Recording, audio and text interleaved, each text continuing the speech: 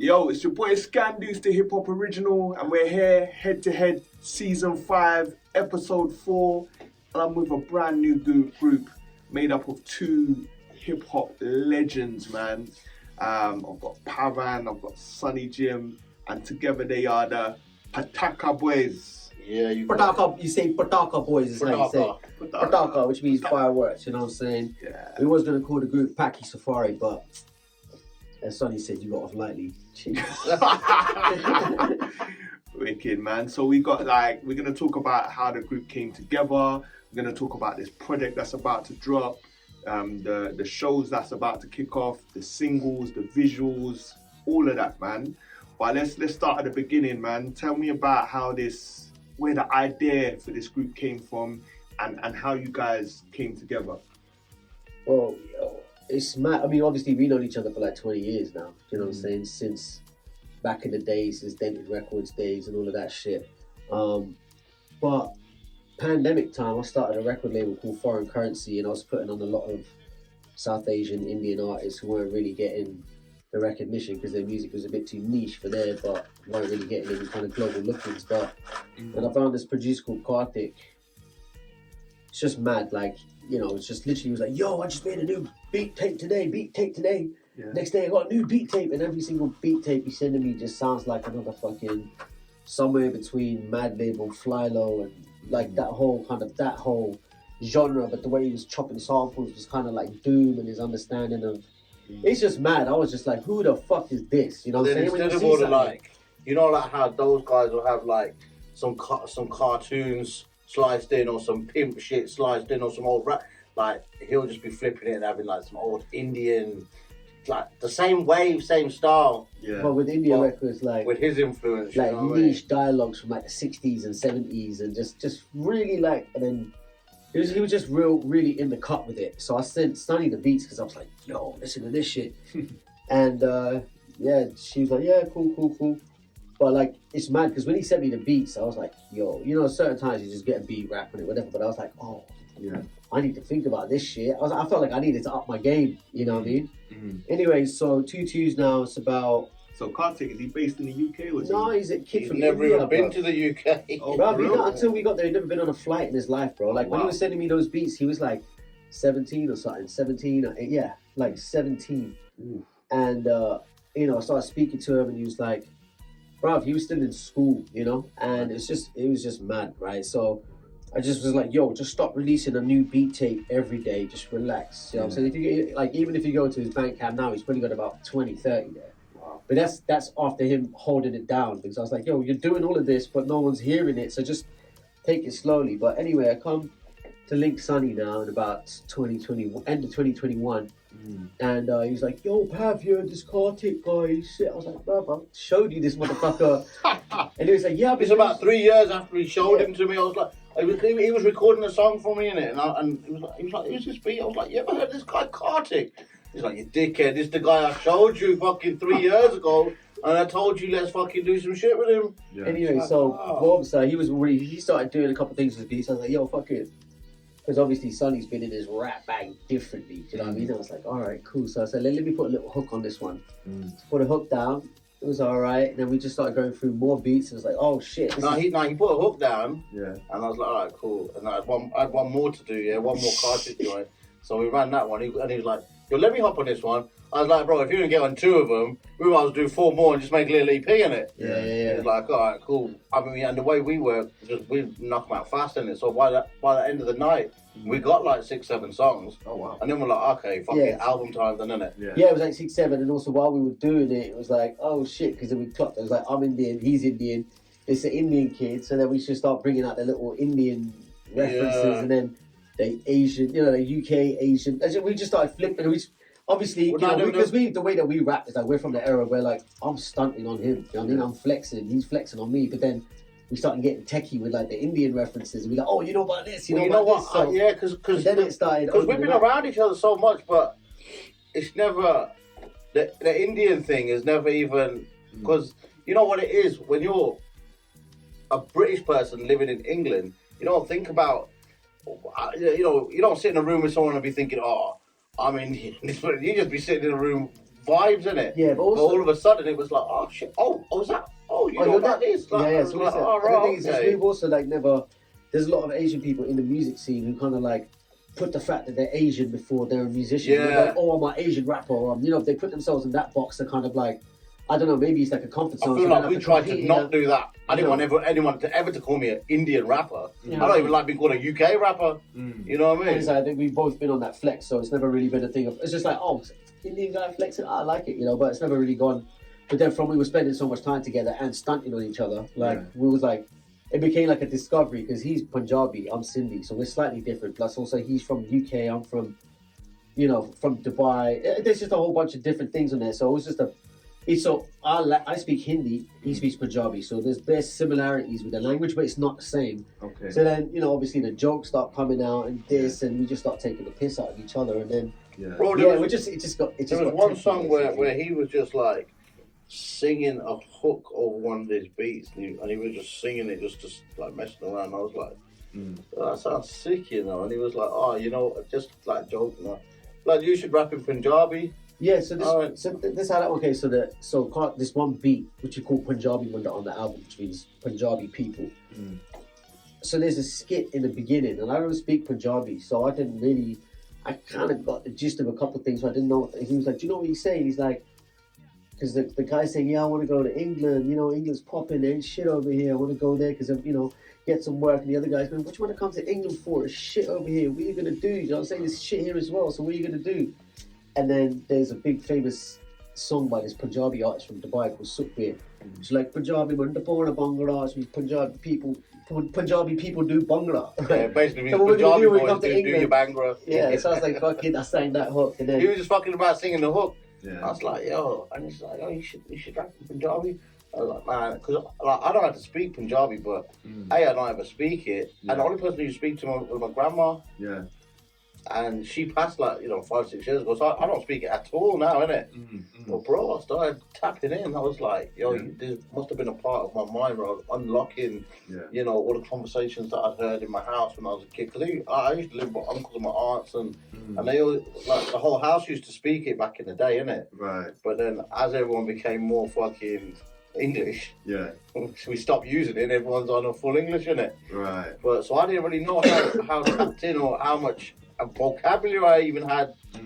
But as I started looking and exploring, it was like raw. Yeah, there's a whole chamber out there that I ain't touched yet. So then he started doing that, and I was like, all right, cool. Started. And then he was like, yo, if you're doing that, okay, I'm gonna do it, but in Sindhi. No, in Hindi, yeah. So that kind of opened up, and then it was like, all right, cool, we're doing a full fucking Paki Safari Brown album now. Yeah. So we're like, because we didn't really think that, but it's like, all right, cool. So now Kartik's a kid from India, us two, 20 years, been doing this thing, but not really. We've done the whole we're Asian, but it's like, all right, cool. So we're like, just decided like, all the people we want to work with on the album have got to be like other Asian people who've been doing it in the because there's bare other skilled brown people, but they never not shouting about the fact that they're Asian and get that little press or whatever, Right. So we were like, all right, cool. Well, Mongo is the first feature that we got on the whole album. So that's Mongo from Mud. Mongo from Mud. You know what I'm saying? Bro, I didn't even know Mongo was Asian until he told me, yo, let's get Mongo on the album. I didn't even know I don't know what I thought he was. I never thought about it, innit? But it was like, all right, he's just hard, and also like that's for us. He's foundation for us lot. And then he come on the album, and he's still fucking, bruv. He's one of the hardest. Like what I'm saying, like Mud Family, that time, Skinny, Mongo, Chester, Farmer. Aside from Black Twang, Roots Maneuver. Obviously MCD. That generation, they were the hardest, bro. You know what I mean? That's kind of I'll say that's the generation that's before us. And I think they set speed. You know what I mean? Those 7 MCs there anyway. For the time. Were the hardest. And the fact they can still go.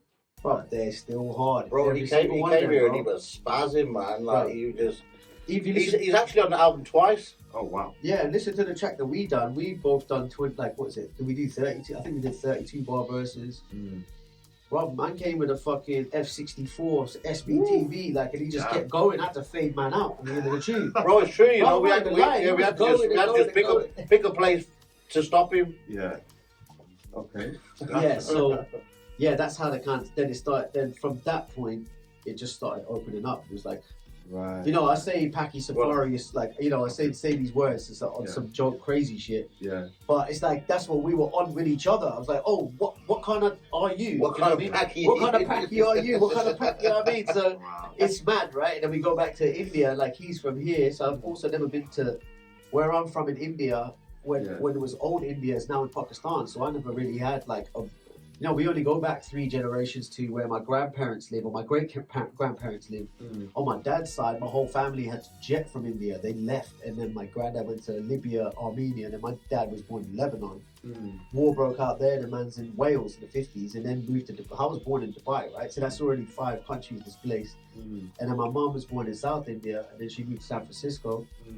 But where Sonny's from, their family went from India, and I think some of his family went to, where did they go? Kenya? Yeah, so my mum's, her family went from India to Kenya. She was born in Kenya and that. Well, then my dad's family, they're in Punjab. Yeah. And my mum's family, they came from Punjab, but my dad's family was still in Punjab. I'd been to Punjab maybe when I was 10 or something. Right. And so see, when I was saying, we was in Amritsar doing what we was doing, and like I knew I'd been in Amritsar when I was a youth, So I phoned my dad. I said, "Yo, ain't that village like close to here?" And he was like, "Yo, you're about 2 hours away. You should go and see him if you're over there." Because I was like, "Yo, if they were 2 hours away from me in England, they didn't come to see me. I feel some way." So I was like, "Yo, let me go and see him." Right. And then I'd seen him, and that just opened up a whole new fucking. Because I knew them, like we all knew each other, innit? Like we're still on the phone and all that, but. You know, that just opened up a whole new world, really, innit? Right. You know what I mean? So let me frame it. So basically, so the name of the album is Thugs from Amritsar. So what's the significance of Amritsar to the project? Really, just our boy had that name, and we liked it, and we took it off him. Yeah, so we just came up with this name. Yeah, he was like, "Yo, you guys, if you guys want to use it, you know." Yeah, he came up with the name like 2 years before we even started fucking with each other on this new wave. Yeah, he already had the name for something that he wanted to do in India. But then when he told us, we was like, "Yo, let's have that one." It was like, "Yeah, you take it." So that's why we ended up going to Amritsar, right? Because love to go there, but if I go to India, I got we probably wouldn't have gone to Amritsar because it's such a holy religious place. And it's like there's all sorts of crud around it, yeah, you know. But it's a special. It's like a Mecca for Sikh people, basically. Yeah, and Golden Temple is probably one of the most like auspicious, like holy buildings in the world. Like you know, it's like in the top 5. Yeah. You know, if you think about Mecca, if you think about Al-Aqsa Mosque in Palestine, you know, Golden Temple is like it's right up there big. like that. Do you know what I'm saying? It's like or like the Sistine Chapel, or you know, it's like that basically. Yeah. So the fact that we ended up going there. We only went there really because the album's called that. Let's just go and shoot some shit there. We had the label gave they hooked us up with a nice situation, and we went all around India. Yeah. So we were like, okay, fuck it, we might as well go through there as well. Right. So if we hadn't been there, I wouldn't have put that call into them and gone and seen them. Right. Yeah, and also it's mad because it was like just to be in that temple was mad. Like when we were finally there, we were like, wow, we're actually in one of the most important places. And bruv, when I saw the building, right, when I was not even the main building, when I saw the outside of the building, I got there and I was like, yeah, I got that through my body. I know everybody else did as well. Yeah, you know, it was really deep. And then we got to go inside. It was trippy because we were inside there. Like I know my grandma, that's one place that she's always wanted to go in her life. So, you know, like holler at my grandma, holler at my mom. Like we all spoke to our moms at the same time. Like, yeah, it was just deep. But sorry, just to come back to what he was saying. So when we got to his village, the Pind, right, and as I was saying, it's like my family, because it's in Pakistan now, like it's mad because Punjab is split right down the middle. Half of it is in Pakistan, half of it is in India. Right. Literally families, like, oh shit, you know what I mean, over there, literally the line was drawn. Yeah. Is that deep. So like but then there was a big displacement and the whole travel. But the thing is, if you're Indian, you can go there to your family. If you're Pakistani, on the Pakistani side, it's a lot of drama. You can get hardly into India. Oh wow. Yeah. So families got split for good. Yeah. Because some of those families, they got no money to go. Yeah, like I saw some literally families got split, and that was it. You ain't allowed to see each other forever now. You're done. I seen this video of these two childhood friends, brothers. They've not seen each other for 60 years, 70 years. Yeah, you know what I mean? Crazy. Since 1947, that's when all this shit happened. But sorry, just coming back to what I was saying. So when we got to Sonny's Pin, right? Which is Pin is like a village, but let's say it's an area of like, you know, like 20, 30, 40 acres, right? That's the size of the area. But everything's spread out, you know, all families have grown and gone around the world, so they send money back, they build big yards. You know, it's not a village, you think a village. Yo, bro, they made us think. They made us think that we're going back to a shithole. Yeah. It's not that, we're bro. going back to some fucking luxury like paradise, house, and it's like, you know, everyone's got fields. Like there's all the fresh spinach sagas.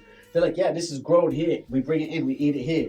The weed is over there. We pull the weed over there. Do you know what I mean? And literally, chicken you're eating killed right there. The cow, the milk from the cow right there. Yeah, but it's like, bro, you'll see the videos when they come out how epic it is. But for me to go back there was deep because it's like that. I never, you know, obviously I'm from India. I never lived there, so I already feel it. I never lived there since I was a baby, and my parents didn't. So I already feel like a little bit displaced, but I've got a lot of affinity with it because, you know, I've got an Indian passport and I speak Hindi, and, you know, grew up with Hinduism as like default religion or whatever. I'm not, but going back there, that's what really made me clock that shit. We don't have our land that our families had for 300, 400 years, you know, because the shit that you can trace my family back 500, 600 years, but it got cut because we had to move, right? So all of our shit that was there is now it's not ours anymore. So right. I felt like, so being in his village was the first, even though I go back to see my family in the cities or Madras or Chennai or Bombay or whatever, it's different because they're living in a house or apartment in the city. So there isn't that. Yeah, it's just, it was for me, it was fucking deep going there. So, yeah, man. Wow, man. So, like, it sounds like this album is almost going to be like a gateway in a sense of where we're opening up the channels now. You know, we're going deep. And so officially, the name, where did the name of your group come from?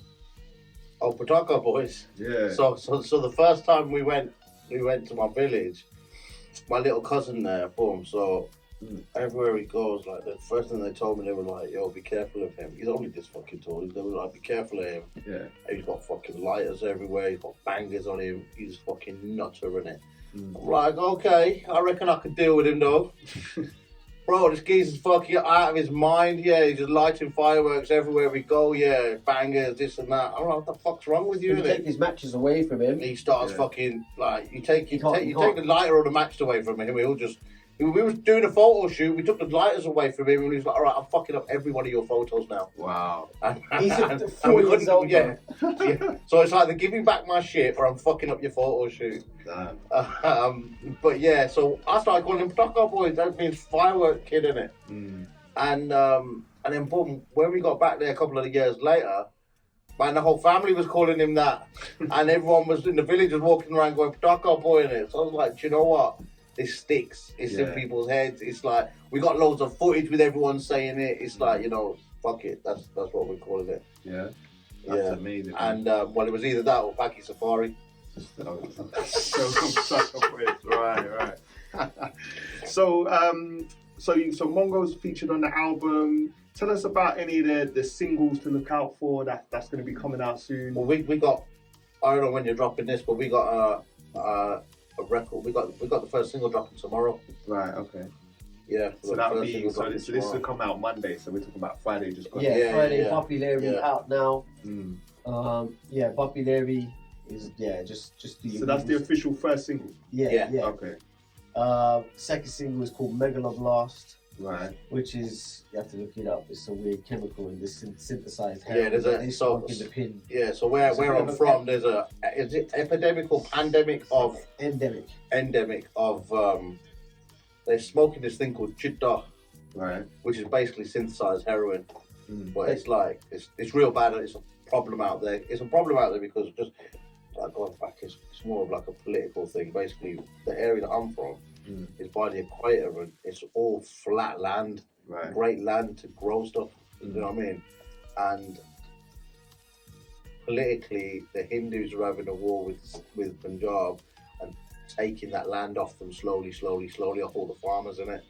So basically, it just ended up with like epidemic or endemic of these people like so you have to be joking about these men drinking so much liquor before the interview and all that, like it's a flex and all that, but also it's fucked because they're all fucked, smoking this shit, drinking that shit. And it's kind of because the stuff's going to, it's pretty much Monsanto is behind the whole thing, and the opioid epidemic which is over there, which is created, which is really fucked. But obviously, you know, I don't want to get into the Indian politics side of it too much, but as a byproduct of that and the kind of war between the Hindu nationalist right-wing kind of populist main party and what the area which is where most of the Sikh people are, all the farmers are. You know, that's kind of ended up in they've kind of facilitated that. I don't know if it's a war on Sikh people, it's a war on whoever's got that land. Yeah. We want that fucking land for us, do you know what I mean? Yeah. So but yeah, so the second single's called Megaloblast, and that's a compound in this synthetic heroin. Because we saw this shit everywhere. Yeah, we saw it like, you know, everywhere. You know what I mean? Like, we were like, what the fuck was that? Yeah, at first we thought it was cocaine in it. Yeah. And we were like, oh, okay.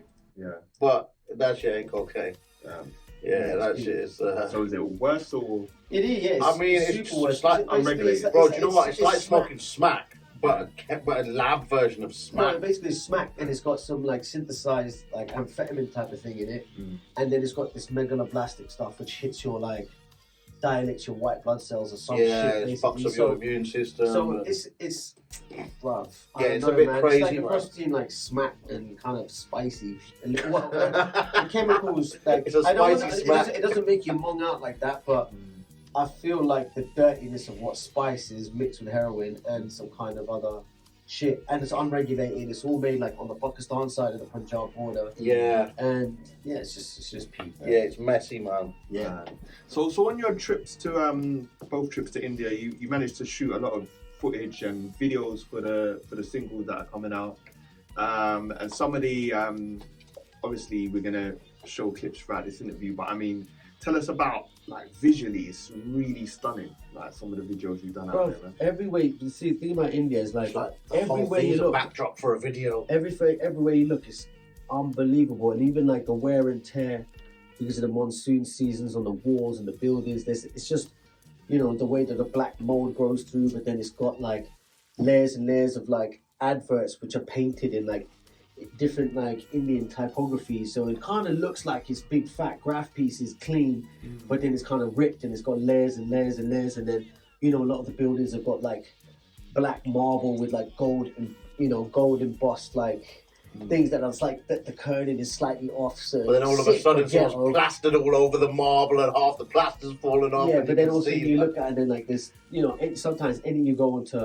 turn onto a normal street in Bombay, there's 1,000 motherfuckers on that street outside. You know what I mean? They all disappear, and then like another 100 people coming who are living on that street, on the street in the night, not even the people in the buildings, the tenants. So like everywhere is crazy, but then also you go outside and so you see like the nature kick in. Yeah. And the nature from the north is so different. It goes all the way from the Himalayas all the way through those lands, through the farmlands, to by the time you get to the, like, go down the south and it turns more into jungle. By the time you get to Kerala, bro, it could be split up into 5 countries, like, and you think they're all different countries. Yeah, because you go from like I was saying, the architecture, the nature, the dialect, the food.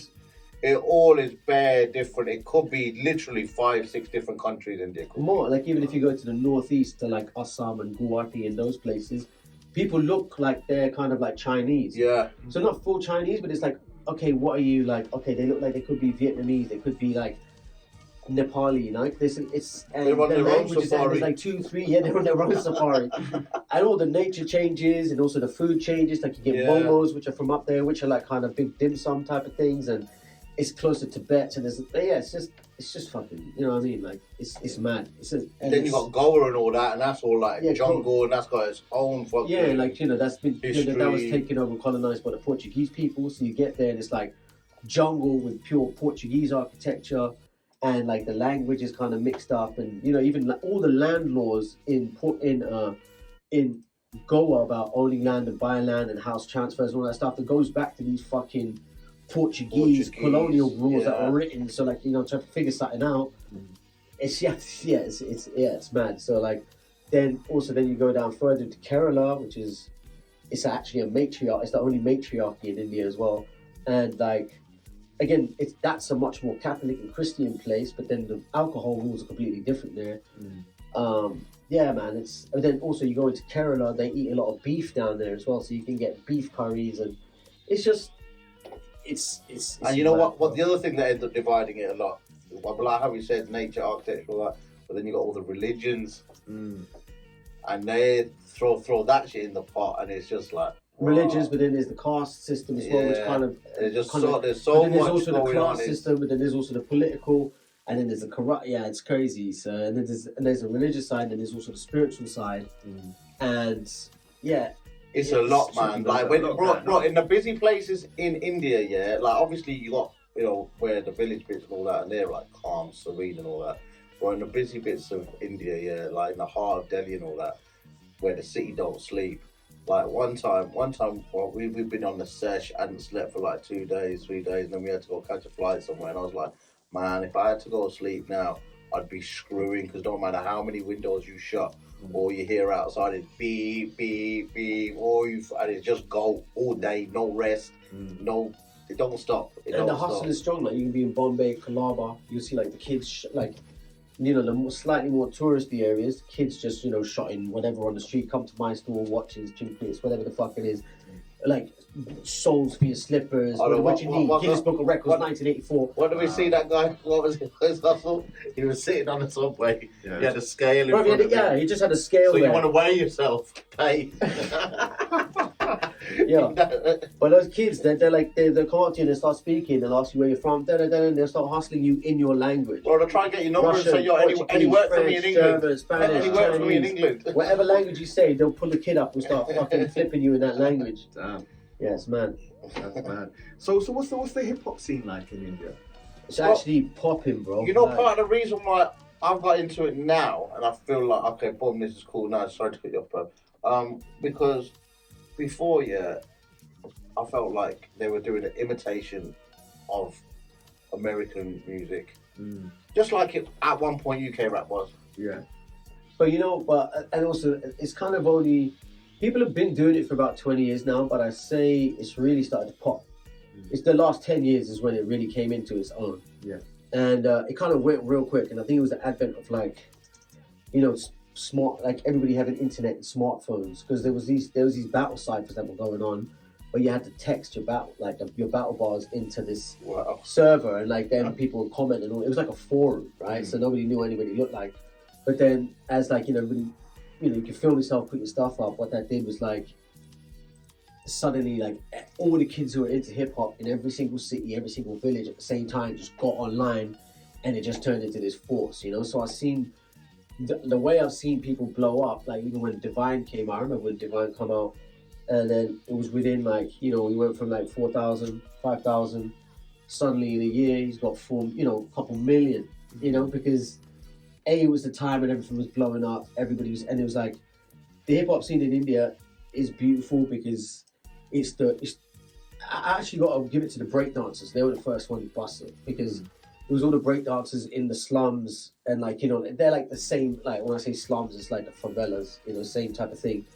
And all of those guys were flexing, and they got really good, started competing worldwide. But then they're the ones who kind of broke it out of there. And then obviously all the, you know, the hip hop kids who were rapping really well suddenly connected as well. But now, because there's such a big place, there's strength in numbers, and everybody was on that who's the illest flex as opposed to who's drippiest flex, which is now, you know, it just kind of, the illest people kind of got to the top and they blew quickly, you know. So from Divine putting his first shit out officially, getting bigger, within 3 years there's a fucking Bollywood film made about him. Oh, wow. You know, so it's gone from here to here, and like, you know, he's the first dude to sign with Mass Appeal with Nas, and they brought Mass Appeal to India. Def Jam is in India. You know, everybody's in India trying to flex. But this guy Mo, who we're working with on Azadi Records, he moved out there about 10 years ago, and then started thinking about this label about 7-8 years ago.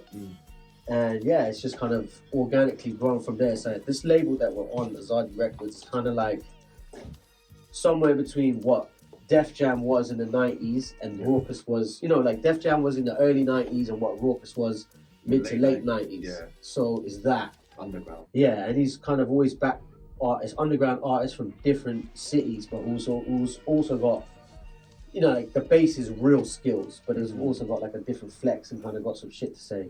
Okay. So, and he's the homie from here. He's known us. He took Akala, Rodney P, like all out to India and stuff. He's there doing that. It just seemed like, come on, bro, we got some smoke now. So timing wise, for this project is almost like perfect. Yes. Yeah, because like they got some good quality music coming out of there now, and you know what? It's not trying to copy no US shit. It's them rapping in their dialect. It's more so trappier beats and more like 140 type. But there's all sorts. In fact, there is all sorts. But obviously, you know, it's kind of like, I was gonna say they're in their like bad boy era, like a couple of years ago. So everyone's flossing, flexing, you know, everything's looking money in the videos and shit.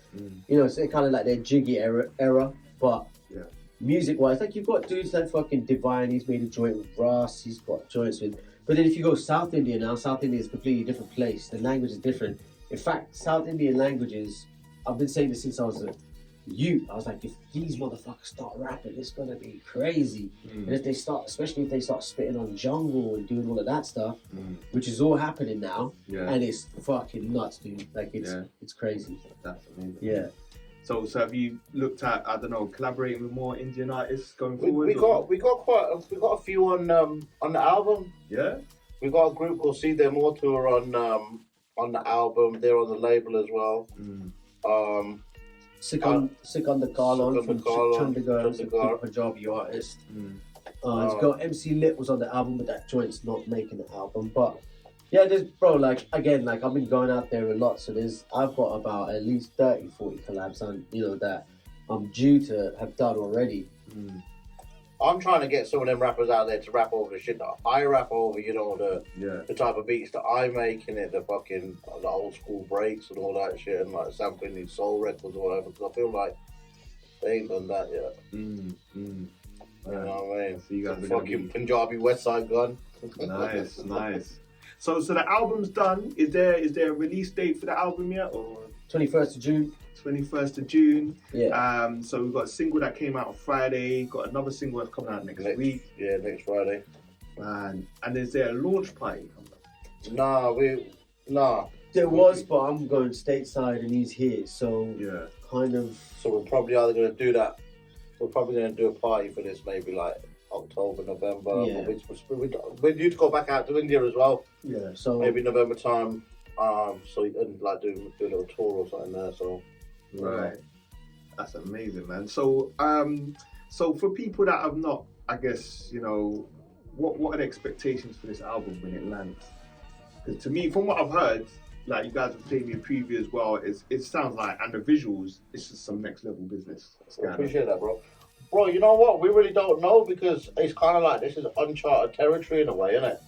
Because obviously, like all the records we put out, but we haven't done this in this situation with a label like this, and you know, in this language situation with it being, you know, an album that's really because already like the kind of stuff that we're making is already niche for hip hop in a way. Do you know what I'm saying? Where hip hop is now, and even within kind of like the boom bap sphere, you know, this is like a left. It's still quite left field. This is a left field kind of like you know what I mean? Flex on it. So then to be doing that with the Indian stuff as well, I don't know, man. I personally think the visuals are gonna help. Things connect. We made sure that we translate everything into Punjabi, Hindi as well. So I think I don't know, for us it's like I don't really, neither of us like just doing shit that other people have done. You know what I mean? So for us, we're both really proud of this shit. Like, I think that's the main thing. We love the album. Like when we listen to it, we're like, yo. You know, we've listened to it so many times now, because obviously we've had to go through the mix and master process, and you know, with all that shit, you end up listening to your own album 100 times easily. Do you know what I mean? Over the course of making it, and we still ain't bored of it. So I think we're quite good judges of a barometer of what, you know, good quality music is. If we still like it after 100 listens, I know other people are going to be gassed off it. Do you know what I mean? And the one thing is, like, you know, it's an album coming out in India on an Indian label, but like 90% of it is still in English. So people who fuck with us anyway, I still have full accessibility into it. It's not like it's like, oh, all of a sudden these men are rapping in a different language and we can't get with the album. Yeah. 90% of it is fully in English, you know what I mean? Yeah. And I think the people who listen to us are quite accommodating, and they're not like, yeah. You know. So obviously you speak about accessibility, and with the visuals, have you got like subtitles obviously in different dialects, so which is innovative for me. I've not seen that yet. So what was whose idea was that? I think that was Pav's. I'm not sure. I think basically because what it was is because I'm rapping because we're rapping in English, but the times when we're not, let's say he's rapping in Hindi, we wanted both English people to know what we're saying, and Punjabi people to know what we're saying. So on the videos, it's actually got two different subtitles that's going on at the time. It's either English and Punjabi, or Hindi and Punjabi, or Punjabi and Hindi, depending on what language we're rapping in at the time, innit? And it was basically to try and make sure everyone's fully included. So it's like, let's say you're English and you're listening to the album, but you can't understand 10% of it. You're still gonna know what that 10% means. Right. Do you know what I mean? That's sick, man. And Pav, the videos, the visuals are stunning, man. Who's behind the filming and the editing? The edit was by our boy Megan Cutty. Our guy Bucks Vibble filmed the. Are they UK based? No. We got them through the label. But Pav's worked with Megan previously. Yeah, they're both sick, man. You know, and we got loads more videos to. Like, we showed you like what 3-4 of them. We got like another 4 or 5 being made right now. So. That all of them are shot in India? We shot one actually, so we've got a banger singer called Jas. We got him on there, and he basically he's from like Southall sides. So we went Southall a couple of weeks ago and shot a video over there. Right. Yeah. So, yeah. But yeah, I think the whole thing was like, we just go, because I think the way it is now, it's like, I'm a firm believer of like, you can shoot anything just as long as you shoot it properly and you have like an artistic vision. So it's really finding people who know what they're shooting. It doesn't look it doesn't look like you're making too much effort, but from, your angles, from, your settings and everything, it's like, cool, let's just make everything that we do look like a fucking movie from here. So, you know what I'm saying? And it's like, it's all of these contrasts, like, so there's us over there, just us over there, for people who know us, is already a contrast, because it's like completely, even though we're brown, we're Indian, we're there, it's still like, but then also, the stuff that we got access to over there, it ain't just what a normal Indian guy from England has access to. And plus also like just the way that we're on a basic level, what we're wearing, situation, all right, so boom, we're just head to toe fly, even Indian designers, but we're sitting in a rickshaw,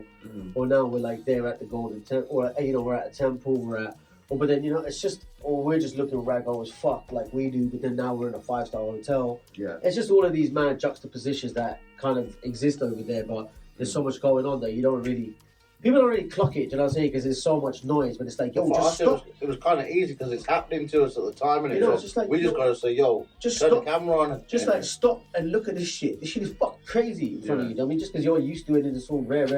Do you know what I mean? Like, and the things like the shit that we see, because we understand we're from there as well, and we understand how we're from outside as well. So we're like, yo, this is like. The two things we get a different kind of looking on shit, being from here and then going over there. Do you know what I mean? And it was a great learning experience, to be honest.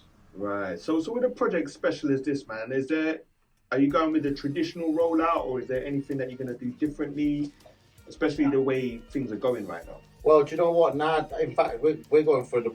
I mean, he's been doing it, with these rollouts, but for me. My rollouts, especially because I'm like a vinyl guy, specifically, we're going for a full traditional rollout. We got a good label behind us, and they're doing everything properly. We've got great lead times, so singles, video. Yeah. We do. You know what? We're doing it how it used to be done. Yeah. You know how you used to do it? You had the DJ list, you had all the promo right, you had all of this shit going on. Yeah. Not boom. Oh, my record's out next week. Please buy it. And again, like this is an album that you put on and press play at the start. Yeah. You know what I'm saying? So we're kind of giving it that level of. So the sequencing's on point, everything's on Bro, point. yeah. bro. We spent a lot of time on the finer details. Bro, it's like recording the joints. Right, the amount of time we spent recording the joints is probably about, if you take the total, it's probably about 2 days in the studio. Mm. The rest of it is just all the sauce, you know? Yeah. That's usually how it goes, man. That's incredible, bro. So just like for any people that are not obviously like they're still on the, you know, still trying to figure out like what the project's about. How do we summarize it like in a nutshell, man? And why people need to hear this joint? Just the waviest. I don't know, man. It's like, how do you summarize it? It's just, yo, you never seen India look like this shit before, bro. Yeah, like, you never seen. Yeah, I will tell you You've what. never Like seen we India look spoke like about this this before. when we've been working on the songs and we were doing sessions. It's like they haven't. Nobody's seen this before because nobody's done this before. Right. Pav coming from not only the background but also his musical background, and then my musical background, all the things he's done, all the things I've done.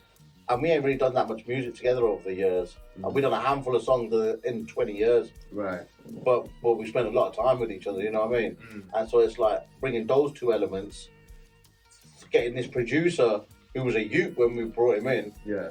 and then us going to India, having access to the stuff we had in India, having this label on board, like all of these elements, it's never been done before. And also the fact that it's like a mad discovery process for us, you know, going on. Because, like, you know, obviously we're friends, but since you really start spending a lot of time working on an album with someone, sense of humor gets deep. But then also, it was like that, oh, it's because obviously we're fucking Indian people, have been displaced for so many years, but we still have our roots, but the roots are different. So that's kind of all there, you know, there's the energy of that. But I think just the fact, also this kind of strand of hip-hop, rap music, this is the era that we come from, you know, so it's like... Yeah, we're still making that rap shit. You know, we're rapping like, you know, when... The album is that rap shit. You know, when it was all There's about some being bangers on there. You're not getting on unless you're a lyricist, you know, Yeah.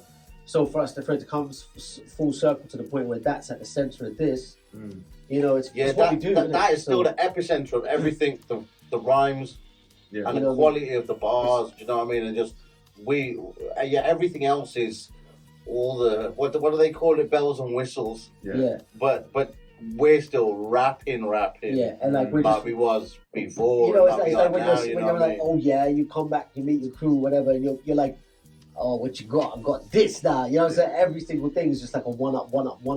Yeah. And yeah, it that's weren't the like essence of man went to India and made an India album. You know what I No, mean? man was we was making the album and then we went over there and explored that world.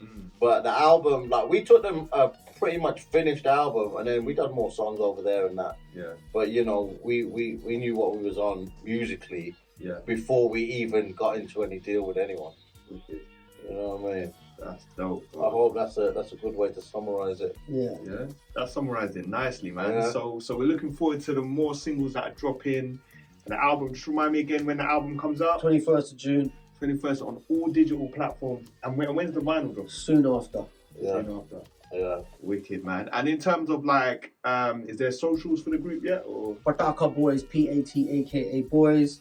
Or just check my Malbec, which is SonnyJim. I'm Pav4n with Pav4n. And also, if this shit's coming out on Monday, we got a preview album launched. You did ask actually, so it's not a launch party, but we're previewing some of the songs at Rare Kind Records on the 1st of June. Okay. We're gonna be taking a bunch of gang down there with us, just doing a little Rare Kind takeover. Is that in Brighton, right? That's in Brighton. We're gonna have an exclusive Rare Kind Records vinyl. Only 50 pieces made. We're gonna have that for sale on 1st of June. So yeah, if you see this, this coming out Monday, isn't it? Yeah. So yeah, boom.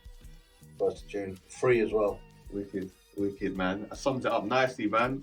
Pav, Yo, always, bro. Sonny, Always a pleasure, man. thank you both for taking time to kick it with the appreciate your Connoisseurs, man. Make sure you check out the album when it drops. And yeah, man, until next time. Peace. Peace.